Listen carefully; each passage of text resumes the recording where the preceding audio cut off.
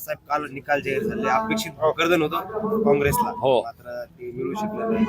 ते, त्यात काही एवढं काही काँग्रेसचं आम्ही खऱ्या अर्थाने एक नगर परिषद भोकरदनच्या आम्ही लढलो होतो. अन्यथा परतूर आणि आपली अंबड ह्या दोन आम्ही महाविकास आघाडी केल्या होत्या. त्याच्यामध्ये नगराध्यक्ष पदाचे उमेदवार दोन ठिकाणी आम्ही दिले होते, एक परतूरला आणि एक भोकरदनला. परंतु दोन्ही ठिकाणी आम्हाला यश येऊ शकलं नाही. आम्ही तो जनतेने दिलेला कौल स्वीकारलेला आहे आणि विशेषतः भोकरदनची निवडणूक 100% आपल्या बाजूने कौल देणारी होती. शेवटपर्यंत निकाल तसे लागतील असा आपल्या सगळ्या TV चॅनलची सुद्धा सर्वे तसेच होते. परंतु थोडा जातीवाचक प्रचार झाला आणि तिथे आम्हाला यश येऊ शकलं नाही. परंतु शेवटी जनता जनार्दन आणि मतदार मायबाप यांनी दिलेला कौल हा लोकशाहीमध्ये स्वीकारायचा असतो आणि पुढची रणनीती या जिल्ह्याची पुन्हा आपल्याला काँग्रेस पक्षाला ठरवावी लागेल आणि पुढे जावं लागेल. पण रावसाहेब दानवे सुद्धा असं म्हणतायत की कोणत्याही पक्षाचा विजय तिथे झालेला नाही, सामाजिक समीकरणाचा विजय झालेला आहे. नाही, आता रावसाहेब दानवे काय बोलले तो त्यांना माहीत. परंतु ही वस्तुस्थिती आहे की खरी परिस्थिती जर विचार केला तर ती काँग्रेसच्या बाजूने होती. परंतु यावेळेला तिथे काही वेगळ्या शक्तीचा प्रयोग झाला आणि त्या निवडणुकात तिथं जिंकल्या गेली. ही गोष्ट महानगरपालिकांसाठी आज तुम्ही उमेदवारांची मुलाखती घेत आहे, मोठी गर्दी दिसते काँग्रेस पक्षात. निश्चितच काँग्रेसकडे मी आपल्याला सांगू इच्छितो की काँग्रेसकडे इथेच नाही, मी संभाजीनगरच्या मुलाखती घेतल्या, त्याच्या अगोदर नांदेडच्या मुलाखतीला मी होतो.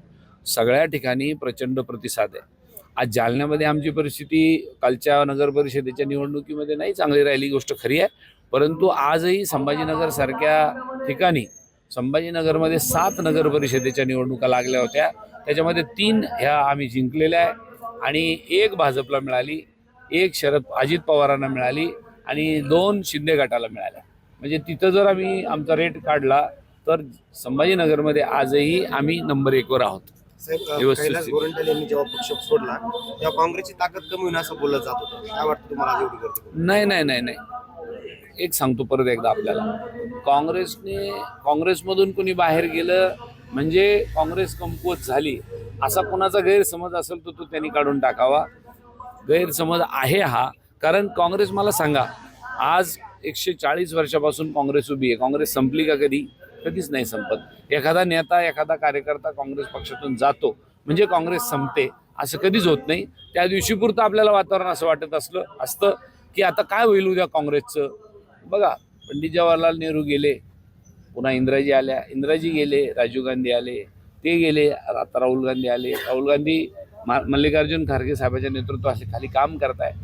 असं लोकशाहीमध्ये कधी घडत नसतं की माणूस गेला म्हणजे संघटन किंवा ती चळवळ बंद पडते, असं कधी होत नाही. त्याच्यामुळे कोणी गेल्याने काँग्रेस बंद पडेल किंवा थांबेल असं होत नसतं. शेवटचा प्रश्न, महानगरपालिकेमध्ये जालन्यामध्ये काँग्रेस स्वतंत्र लढणार की नवीन एखादा प्रयोग करणार? नाही, यावेळेला महानगरपालिकेमध्ये आम्ही पहिल्यांदा काँग्रेस, राष्ट्रवादी काँग्रेस, शिवसेना आणि वंचित बहुजन आघाडी असे सेक्युलर विचाराची मतं असलेले पक्ष यांना एकत्र करण्याचा आमचा 100% प्रयत्न आहे आणि 100% आमची महाविकास आघाडी होईल. शहर विकास आघाडी नावाची चर्चा सुरू आहे, त्याबद्दल काही आहे? मला त्याच्याबद्दल काही आता सांगता येणार नाही, कारण माझ्याकडे तसा कोणी शहर विकास आघाडीचा प्रस्ताव दिलेला नाही. पण तसा काही प्रस्ताव आला तर निश्चितच मी आपल्याला समोर आपल्या कानावर टाकेल. संजय राऊत म्हणतात की निवडणुकीमध्ये पैशाची गारपीट झाली. ही गोष्ट खरी आहे. तुम्ही राज्यभराचे निकाल जर पाहिले तर असाच काही फुकट फाकट भारतीय जनता पक्ष नंबर 1 वर आलेला नाहीये. आता न बोललेले बरे. लोकशाहीमध्ये मताचा दर काय होता हे जरा तुम्ही अंबडमध्ये गेल्यानंतर आपल्याला कळेल. म्हणजे विधानसभेला ज्या मशीन होत्या त्याच नगर परिषदेला फिट होत्या, सेटिंग होती. निश्चितच गारपीट पैशाची पण झाली आणि त्याच मशीनची पण झाली, हे मान्य करावं लागेल.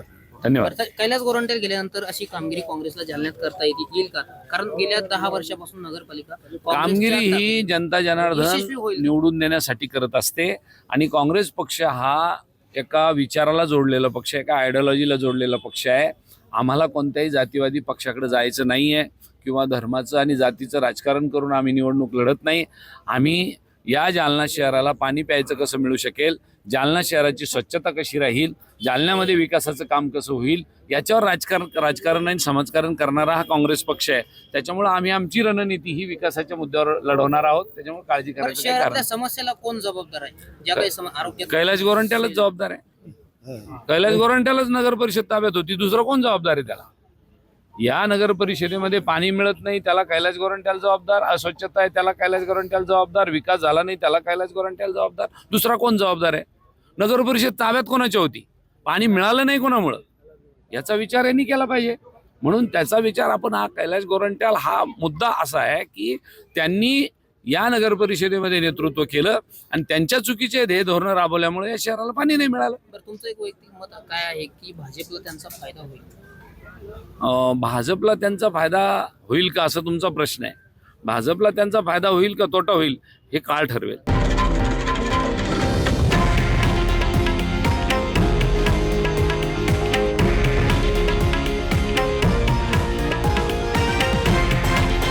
हे आहे देशातील नंबर 1 न्यूज नेटवर्क आणि आपण पाहत आहात TV9 मराठी, एकमेव.